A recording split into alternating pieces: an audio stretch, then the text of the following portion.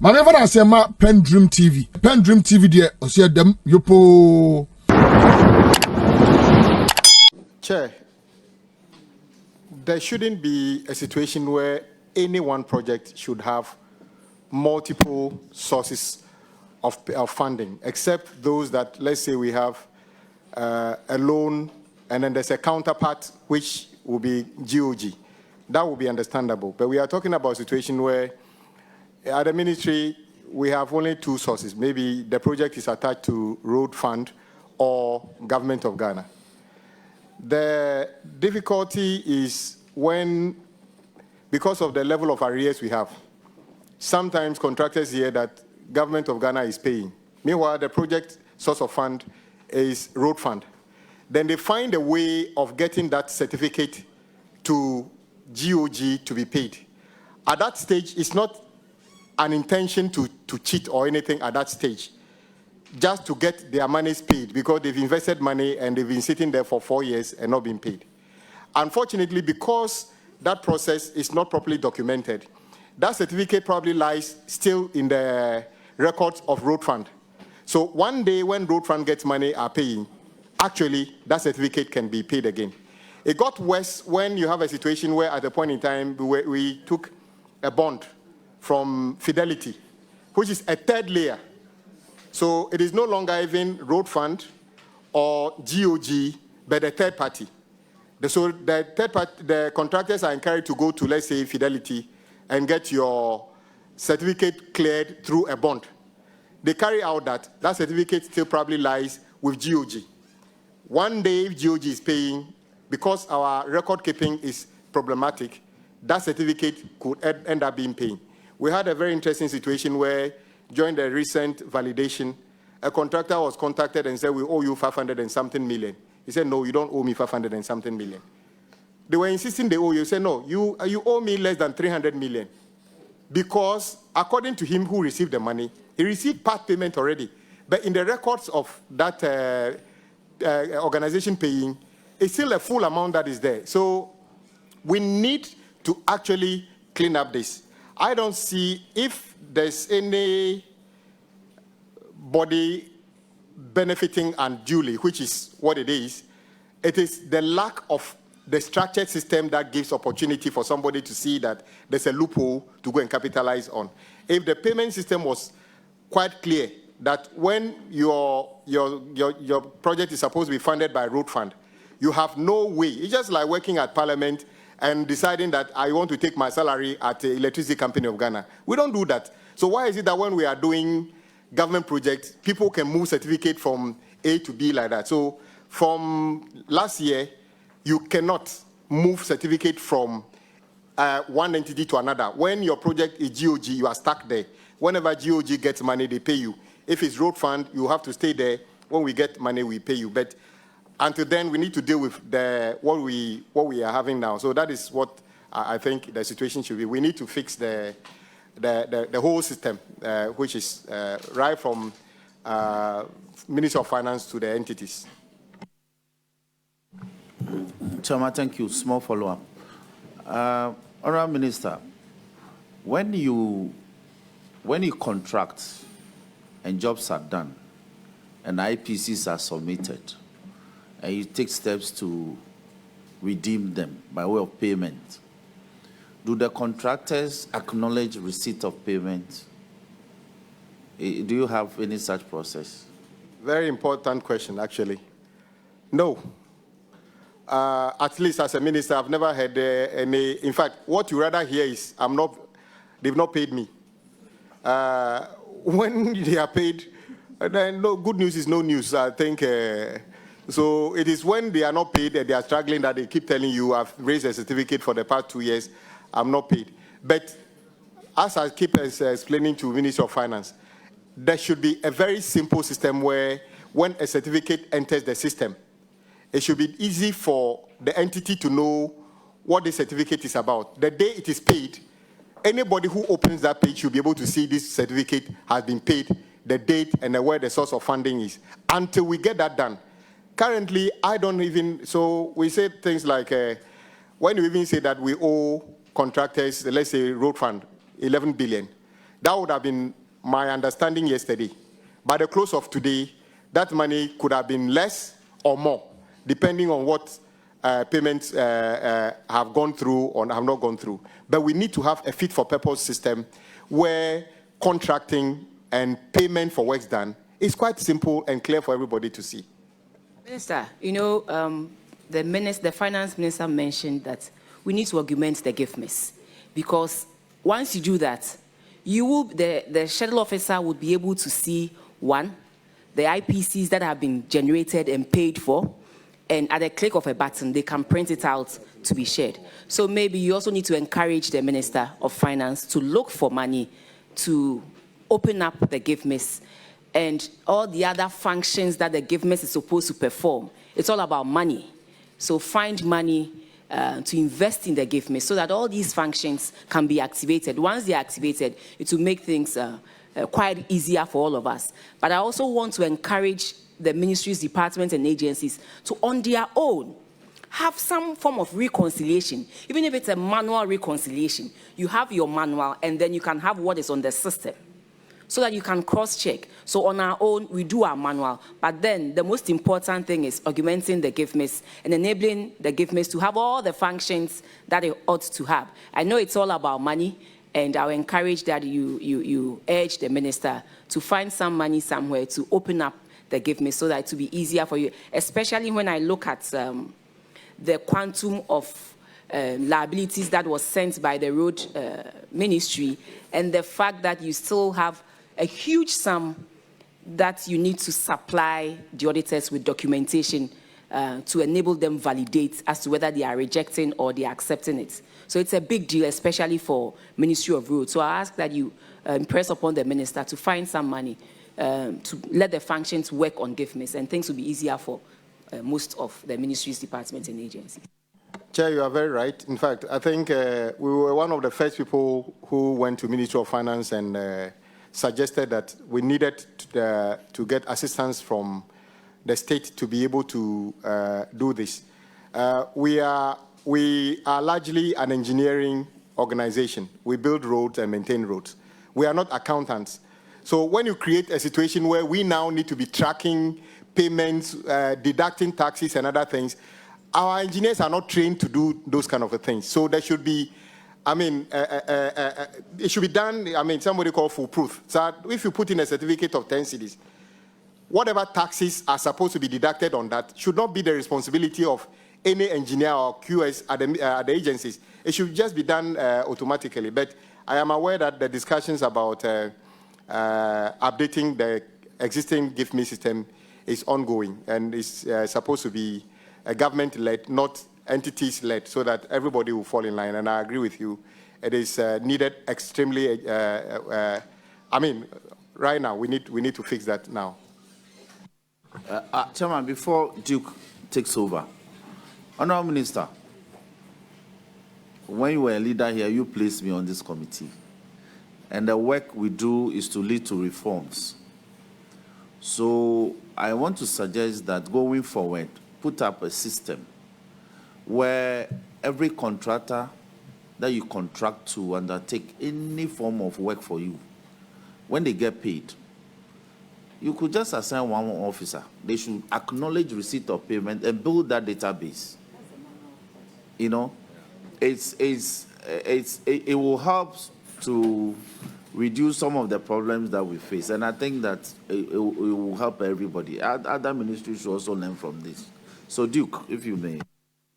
Chairman, Chairman, thank you for the opportunity. I just want to ask the auditors a question.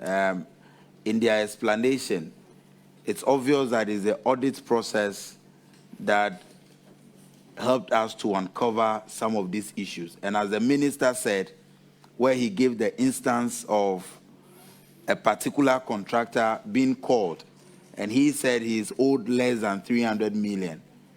I want to ask the auditors, but for the audit, could the system have allowed for the payment of that 500 million if the contractor was not called?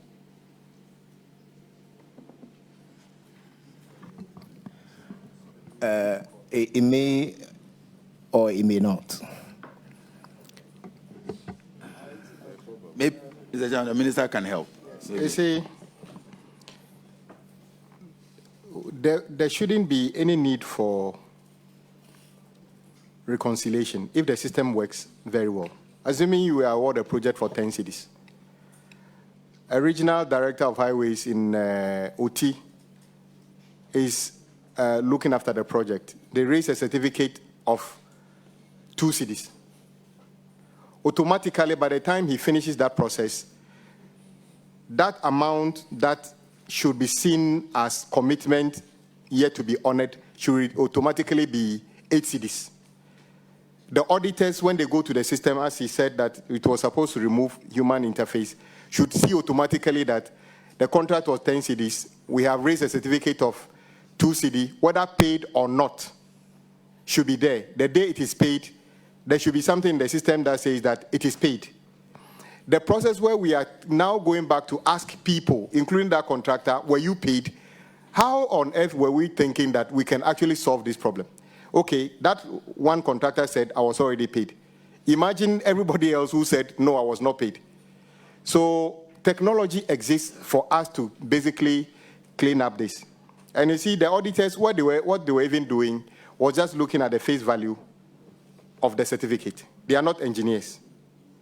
So in actual fact, they are validating what is on the face of that. So the real auditors of roadworks has to come back to the agencies under the ministry, because they are the only ones who can tell when the person says, the contractor is being paid for sealing a road or patching a pothole. They are the only ones who can tell whether that activity has already taken place or not. So let's put in place a system which doesn't need me or anybody else to validate whether this thing has been done or not. That is the only way out. From now, in fact, the last payment we did, I took all the directors, or some of the directors, to Ministry of Finance to ask. The Ministry of Finance was also there. But that is just a meeting. We don't even need to do that. That should have been an automatic system that when contractor A has been paid for doing X as part of his scope, that should be automatic for everybody to see, including the auditors. So the bottom line here is for us to build a fit for purpose. The existing gift mix have served a purpose. Indeed, it has improved. But things have moved on so much that we need a higher level of interface with that. You talk about this. What about the fact that some of the projects you are talking about here to be paid, there was no commitment authorization even for it. i.e., the Ministry of Finance wasn't even aware that we at the Ministry of Road were committing the state to that level of expenditure. And it's all over the place. Yet the Ministry of Finance gets a certificate. And sometimes a powerful contractor can go to, as His Excellency Mill said, with one front page of a certificate that this is how much they owe me. And in his word, somebody can make a phone call and say, pay this contractor. Auditors are not aware. Agencies under the ministry are not aware. Somehow, that person gets paid.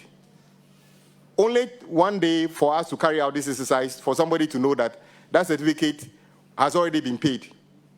Minister, this is a structural problem. And that is why we also have professionals aside engineers. We have other professionals in the road ministry that are supposed to do their work. Aside the engineers, they are professionals, they are accountants, they are procurement officers. They are all the chain of professionals who are there. These certificates that you are talking about, the one-pager, certainly it comes from somebody from Roads and Highways, because they won't come and show something to a minister that is not from Roads and Highways. So aside us looking for better systems, improved systems, we, the human beings also, we need to check ourselves, change our attitude. Sometimes they tell you, but is this for your father or your mother? They do things anyhow. We all know it. And it's very, very easy to push it on the politicians. But then you have professionals in the ministry that are also supposed to discharge their mandate. So, Minister, in as much as we want to look for systems, we, the human beings, we, the citizens of this country, we should take, matters into our own hands. Wherever you are placed, it can be pa. It can be quick. Let's make money. Minister, are you aware that in certain places, some officers, when they are taking off their schedule, they'll go heaven and earth to make sure they are placed back in that schedule? You ask yourself, why? So, Minister, in as much as we want to do this, we also have to preach attitudinal change. The way we do our things, our responsibility to our nation. It is not just the politicians, it is all of us. It is all of us. This is a charge we have to keep as citizens if we want to make things better. Because I look at some of the things coming from the road ministry. They are human beings who do that. They are officers, professionals, for God's sake, professionals who compile these things, who know very well that the contractor there has not done the road to a standardized size. But then, what I will get from it, the cut I will be given, if I'm able to prepare this IPC and send to, not even to Ministry of Finance, to the next stage. So, Minister, it is bigger than just systems. We have to also start talking about attitudinal change. And that is why we engage ourselves here, because this is how we can help bring that awareness to all of us. We are all culprits. Chair, I think you are very right. The purpose of this is to make sure we improve the systems. And you stopped at both just the contractor, the politicians and the other people. On many occasions, we've had situations where a road project has been done and it has failed within a very short period of time. There was even a third-party consultant paid fees 6%, 10%, but who certified that this project was done according to the scope and let pay. Guess what? I've never heard anybody ask, why is that consultant not in the dock? Because the first recommendation for that certificate to be paid must have come from him before it gets to the regional director of highways or urban road. As for the minister, you are the mercy of everybody. Because when I became a minister, they will tell you, what I get normally, a certificate is 1 page. Until I started asking, where is the contract? So today, when you are bringing me a certificate, you must bring me the entire contract, because I want to know what we are paying for. So, of course, but still, I'm not an engineer. So the point is, I agree with you, we should make the systems work. And engineers, of course, they're also human. Just the way that there can be a bad MP.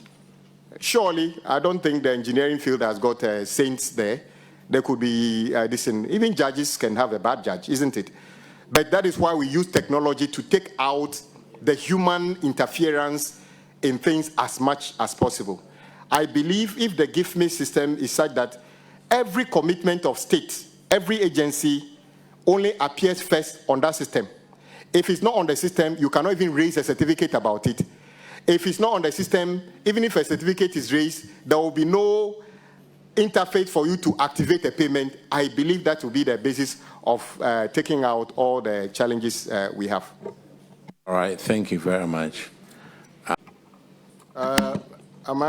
Chair, is this supposed to be an interest on delay payment certificate? Because the way it's written, it's interest on delay payment. Yeah, interest on delay payments. Okay, so this one is a national problem. Surely we overcommit as a ministry. When you take the 2025 budget, everybody knows, including members of parliament, knows what we have approved for the ministry. But I am sure almost everybody around the table who is an MP, whose road is not being fixed, is expecting that we will start tomorrow. But nobody ever asks, how will it be paid for if we send contractors to site? In fact, many of you even say that go to the site tomorrow. well, from now, you need 1 year for full competitive bidding for that. So it is a general problem. So contractors work and raise certificates, and unfortunately, they are not paid for years. And there are parts of the contract which says we pay them interest on delayed payment. My argument with my engineers have always been that, why is it that the calculation of interest on delayed payment starts when the engineer at the region signs a certificate? Why is it not that when I approve the certificate? Because if it's the case that once the engineer signs, the certificate takes effect, then why are you coming to me? Because you are coming to me, or you are coming to the national office and coming to the minister because you thought there could be, you need my authorization. So that regulation, I said we will change that regulation. It shouldn't be that when the regional director signs a certificate, the contractor can start counting the interest on delayed payment from that day. It should be when the ministry finally authorizes. It's an anomaly in the system, because as the chief director already said, we're giving ourselves 21 days to complete. The regional director has already signed. What if I am unable to sign within that period? The contractor can still start counting interest on delayed payment. So we need to take a look at that. The intention is not to make the contractor worse off, but we need equity, some balance. Of course, when contractors borrow money from the bank using their houses as collateral and go and use it to fix my road or your road, we are not expecting them to take a hit if there's delays in payment. But we need to have some level of understanding that doesn't make, in fact, until recently, until the tail end of the last administration, interest was even compounding. So you could see a certificate rate for 2 million. In a few years' time, it's 6 million. 6 million. But Honorable Minister, the law is the law, and it's the law. If you want any amendment to it, you know what to do. So let's do that. My next question will be BTS to the tune of 275,293 went through. I mean, there were BTS raised for payments, and yet there were no supporting documents for that. How do you answer to that, please? I know during the special audit, people were asked to, because the auditors were presented with a set of information based on different contracts and other things, and they couldn't trace essential documents relating to some of them. Some could be contracts, some could be missing, let's say, 5 certificates added up to 20 million. And then the auditors saw 20 million, but they could only see 10 million cedis worth of certificates. They may require either the agency or the contractor to supply the rest of the certificate. And I know that in some cases, when they cannot find the additional document, what they did was to certify the amount whose documentation they can find and leave the rest. And sometimes the people don't come back.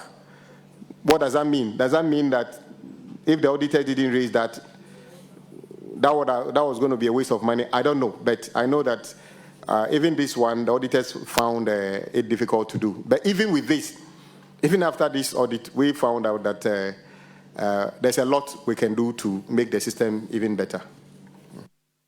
So my last question will be, as a ministry, do you have an aging kind of analysis in place where contractors are paid based on the ones that fall due first?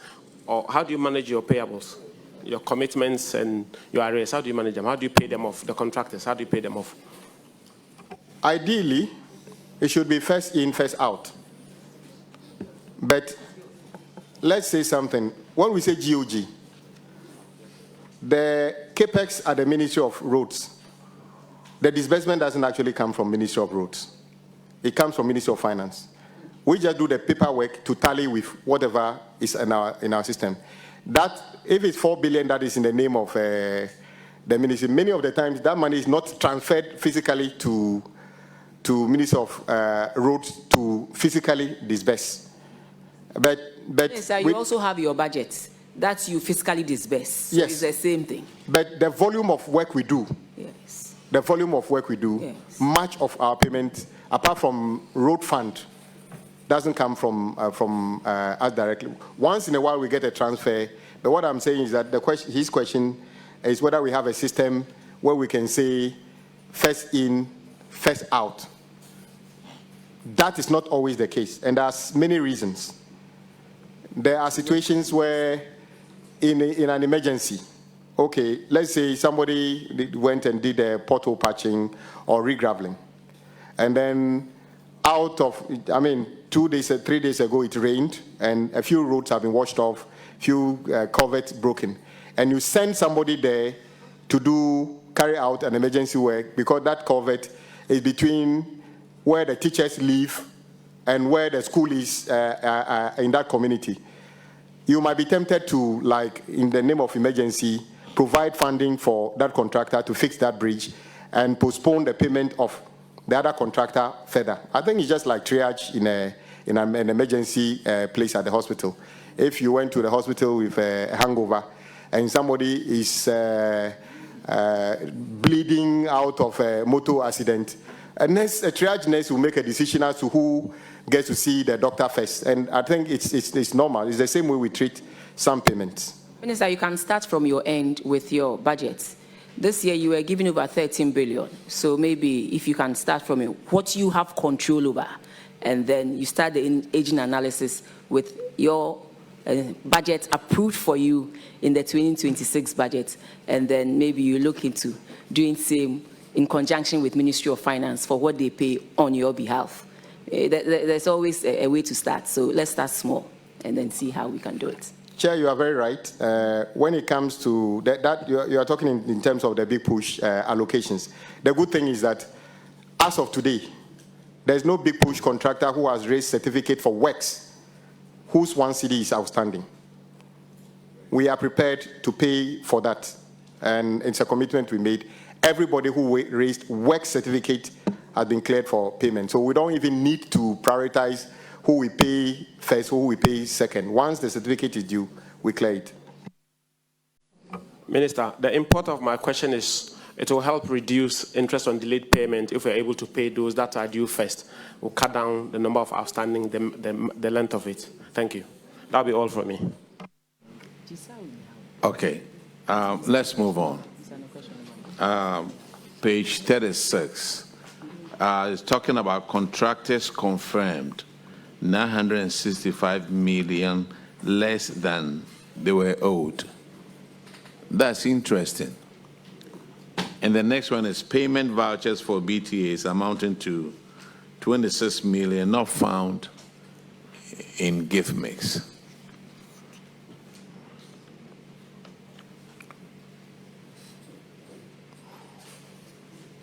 The financial guy, why? Chair, I think it has to do with the same issue where the payments are done at finance without recourse to us. It's the same issue. Otherwise, up to the tune of, payments are done out there up to the tune of 26 million. 26 million. Yes. Yes. Yes. So they paid that, and you didn't have that in the gift me system. 26 million, 965 million. It's 965. Yes, it's 965 million. Contractors confirmed that 965 million less than what they were owed. Similar to what the minister said. Yes, so it means that they receive these things without our knowledge. That is what I understand about that film. So how do we solve this problem? How do we solve this problem? You, the accountant guy, don't bring the minister in because he doesn't reconcile accounts. Honorable Chair, I recall when we brought this thing up to Honorable Anthem Nyako. Yes. He was surprised at first. So he asked his directors, and they confirmed some of these things that were done prior to his coming to the ministry. So he said that as a first step, the director of budget myself and my chief director should do a small committee to see how we can come up with the exact amount, because these were done without recourse to us, so we don't even have the information. And surprisingly, even at the Ministry of Finance, they didn't have the information. When he asked, they didn't have the information. They didn't have the information. Unfortunately, the director, we met once and to... But controller will have the information. No. Controller made the payment. No. Some of them were done through Fidelity Bank. A lot, in fact, the billions were done through Fidelity and bonds. Okay?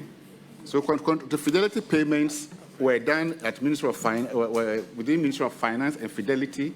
We wrote to Ministry of Finance severally, requesting for that information. They didn't give us. We took steps to go to Fidelity Bank to ask for it, and they told us that they didn't deal with us. So they didn't give it to us.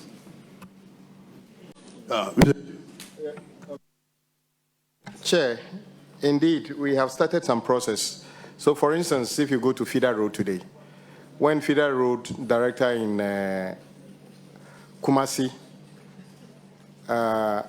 validates a certificate, there's no need to carry a physical document to the Feeder Road director in Accra, because they have a paperless system we are working with, which we think Urban Road also had something similar in the past, but we want to make it a ministry-wide.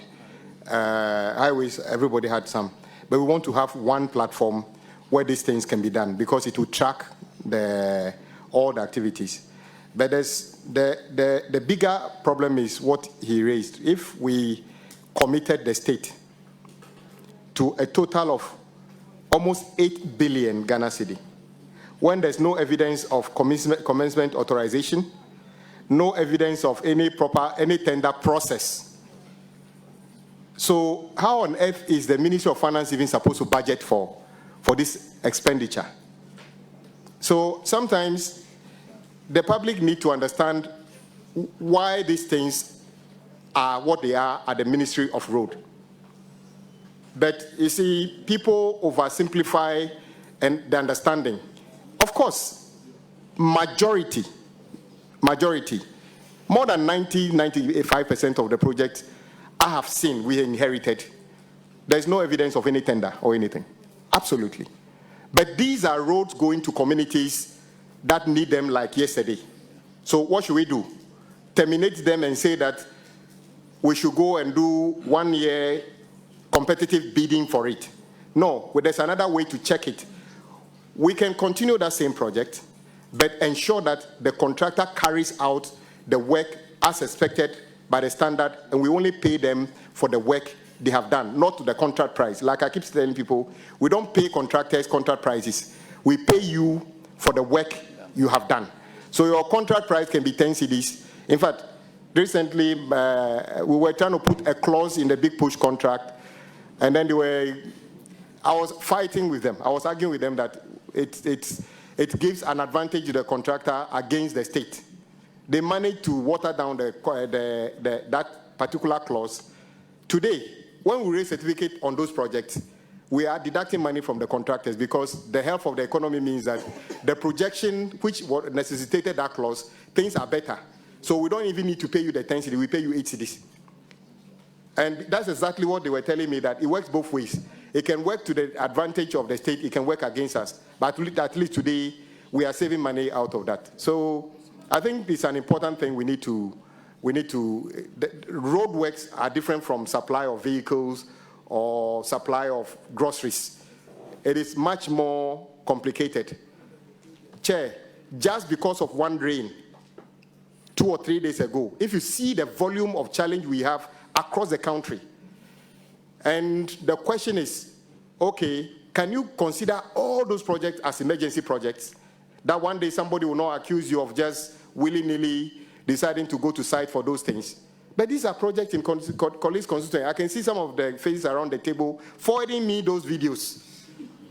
Yes, I can see some of them around the table. And it's a real situation. It's a human situation, not that we sit at the ministry just to decide that, oh, as for us, we are sharing contract for no reason.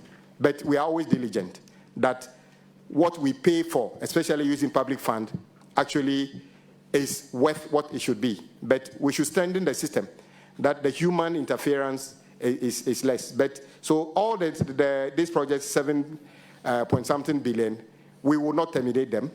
We will regularize them and bring them to a system where we can complete the works and fund them, because these are roads in our communities. These are not roads in another country. These are roads that were needed. The people who were in charge of the ministry at the time thought it was a necessary thing to do. We don't think that it was wrong, that we should terminate them. We'll try to perfect those projects and make the contract fit for purpose.